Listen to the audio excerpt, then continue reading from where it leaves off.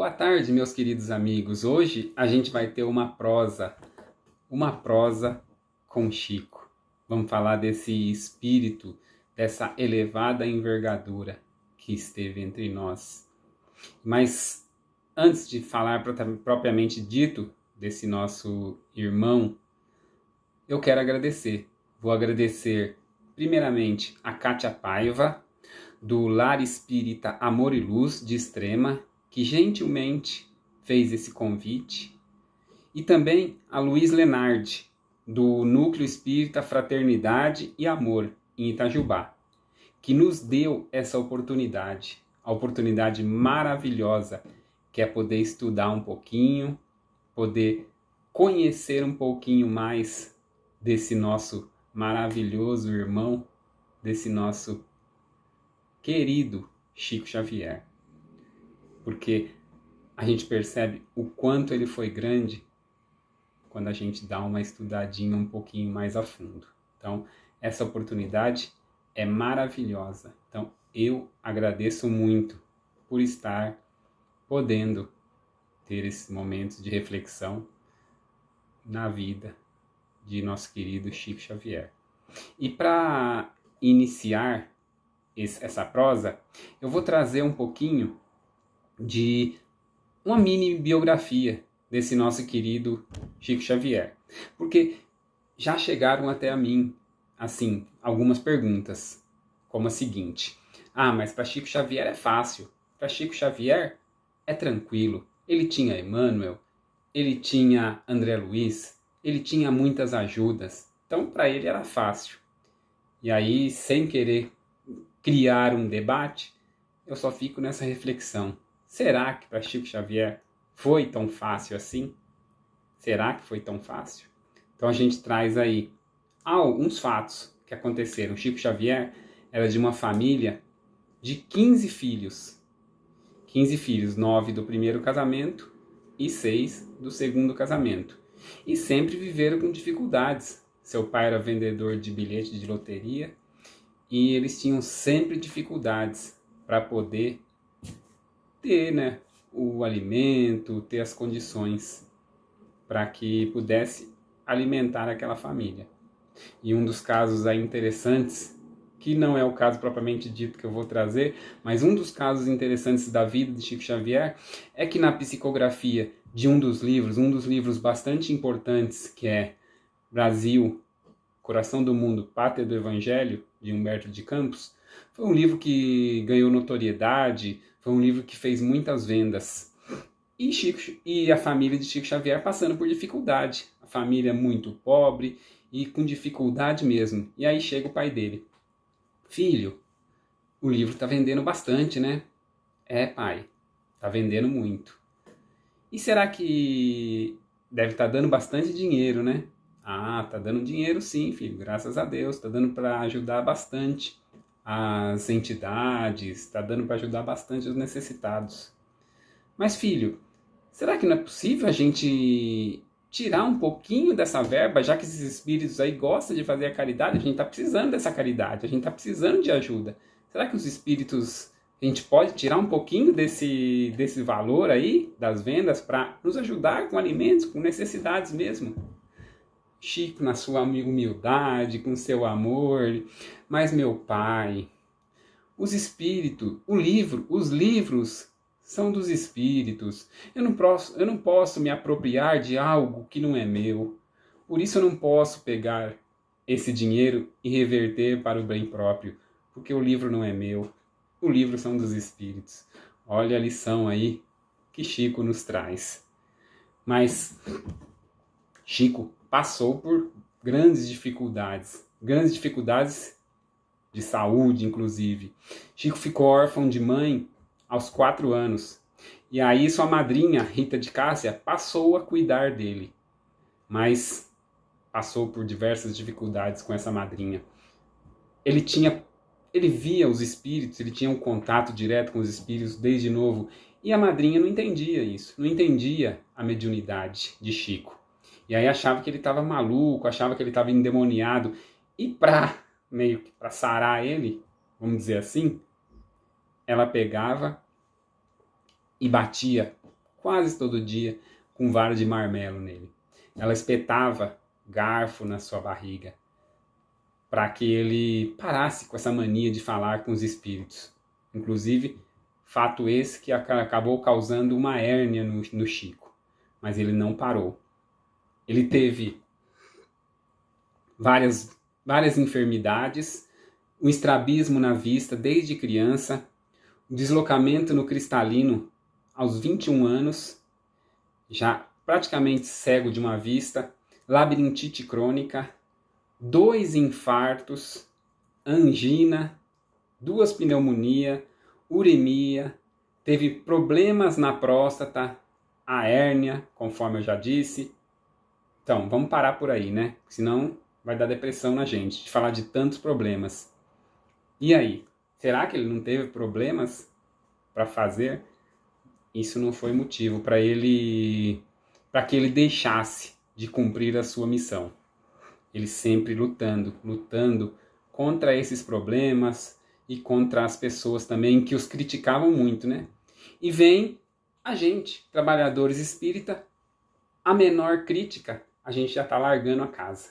A gente larga o trabalho, a gente larga a casa espírita, a gente muda de casa espírita em casa espírita, vai querendo. A casa espírita tem que se adequar a nós. Não é a gente que tem que se adequar à casa espírita. Ou se adequar aos ensinamentos. Não, a casa espírita que se adequa a nós. E aí, com a menor crítica, largamos a casa espírita. Ao menor problema de saúde, ao menor problema, dizemos que não dá para ir na casa espírita, dizemos que não dá para realizar um determinado trabalho. Por quê? Porque temos um probleminha aqui, quebrou minha unha, e aí não consigo realizar esse determinado trabalho. Chico não. Chico estava ali, perseverante na sua missão. Claro, um missionário do amor, da paz. E aí eu trago a história propriamente dita. É um certo dia, Chico estava na sua casa e ele tinha o costume de levar alimentos aos moradores que estavam debaixo da ponte. Moradores debaixo da ponte, na pobreza total, e estavam sempre precisando de ajuda, e Chico já tinha o costume de sempre levar esses alimentos lá. Mas teve um certo dia que Chico não tinha nada para levar. Chico não tinha o que levar para aqueles moradores. Ele pensou, e agora? O que será que eu vou fazer? Os moradores, nossos irmãos que estão lá debaixo da ponte, vão ficar tristes, vão ficar desapontados, porque eu sempre levo alguma coisa e hoje não tenho o que levar. E aí Chico, sem ter o que levar, pede a inspiração do alto, abre a Bíblia no Novo Testamento e cai a lição do evangelista João, nas palavras que traz as palavras de Jesus: eu não vos deixarei órfãos. E aí ele, pedindo inspiração dos céus, ele: vou levar água fluidificada. Então, como eu não tenho nada, vou levar uma água fluidificada para esses nossos irmãos. Então ele pegou, colocou a água em vasilhas, fez uma oração irradiando energia para aquela água e saiu para levar a água. É o que ele tinha. O que ele podia levar naquele momento era a água. E saiu para levar. Chegando muito próximo à ponte, muito perto dali, ele avista ao longe um caminhão. Um caminhão chegando. Um caminhão vindo na sua direção.